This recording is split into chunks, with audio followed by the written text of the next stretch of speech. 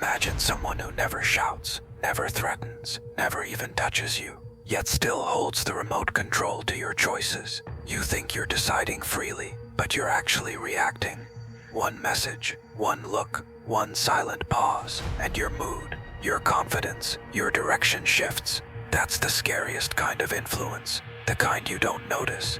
We'll expose how control works without force, so you can spot it early and protect your mind before it becomes your normal. Quick disclaimer, this isn't teaching manipulation. This is awareness training.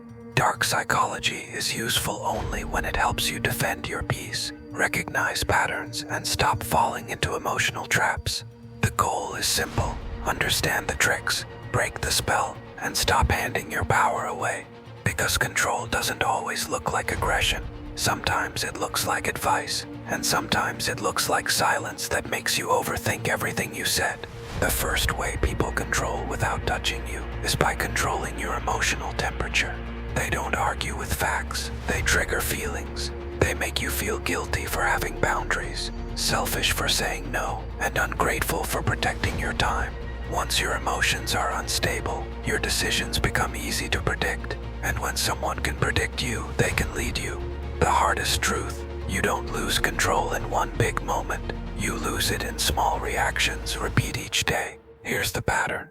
They say something small, then watch you.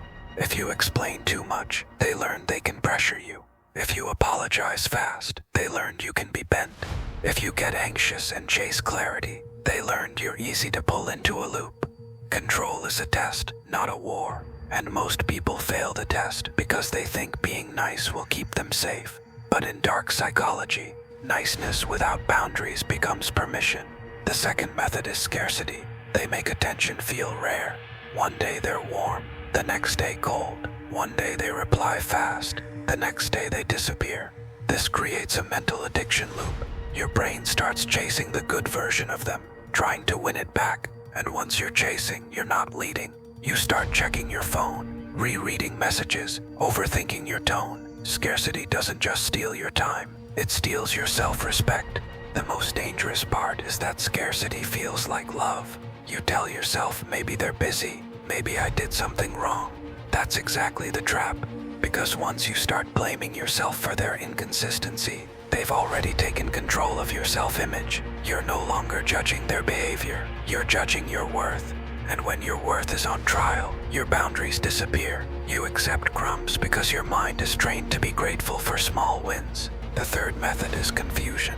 Not direct lies, just mixed signals. They compliment you then insult you like it's a joke. They promise then delay. They act supportive then suddenly act distant. Confusion forces your brain to search for patterns, and the more you search, the more attention you give. That's why clarity is power. If someone keeps you confused, they keep you emotionally occupied. And if you're emotionally occupied, you can't think strategically.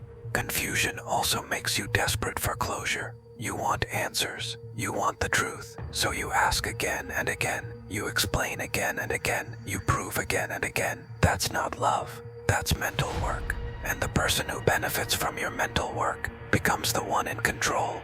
A calm mind doesn't beg for clarity. A calm mind notices patterns and steps back. The moment you stop chasing explanations is the moment their control starts breaking.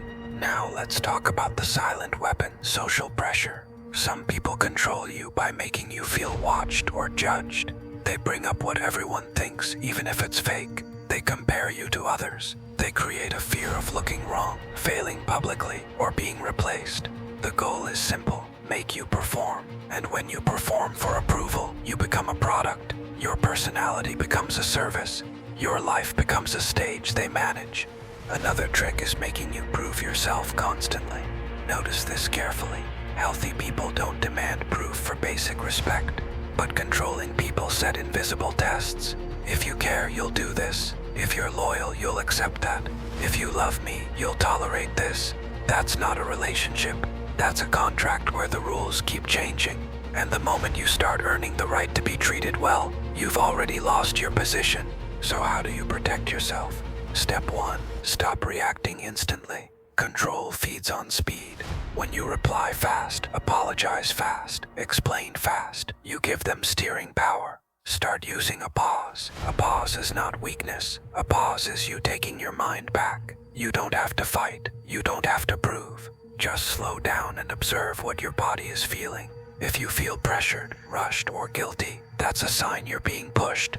Step 2. Replace explanations with boundaries. The more you explain, the more they debate. A boundary is short and closed. I'm not comfortable with that. That doesn't work for me. I'll decide and let you know. The goal is not to sound rude. The goal is to sound unshakable. Because control hates a person who doesn't beg. Control hates a person who doesn't chase. Control hates a person who can walk away calmly. Step 3. Measure actions, not words. Words are cheap. Patterns are expensive. If someone's actions create stress, anxiety, and self-doubt, your nervous system is giving you data. Don't ignore it. People who genuinely care bring stability, clarity, and respect. People who control bring fog, tension, and emotional debt. Your life should not feel like a test you're failing every week. That's not growth. That's exhaustion disguised as connection. Here's the final truth. The person who controls everything without touching anything isn't powerful. They're skilled at triggering your weak spots. And the strongest revenge isn't drama, it's awareness.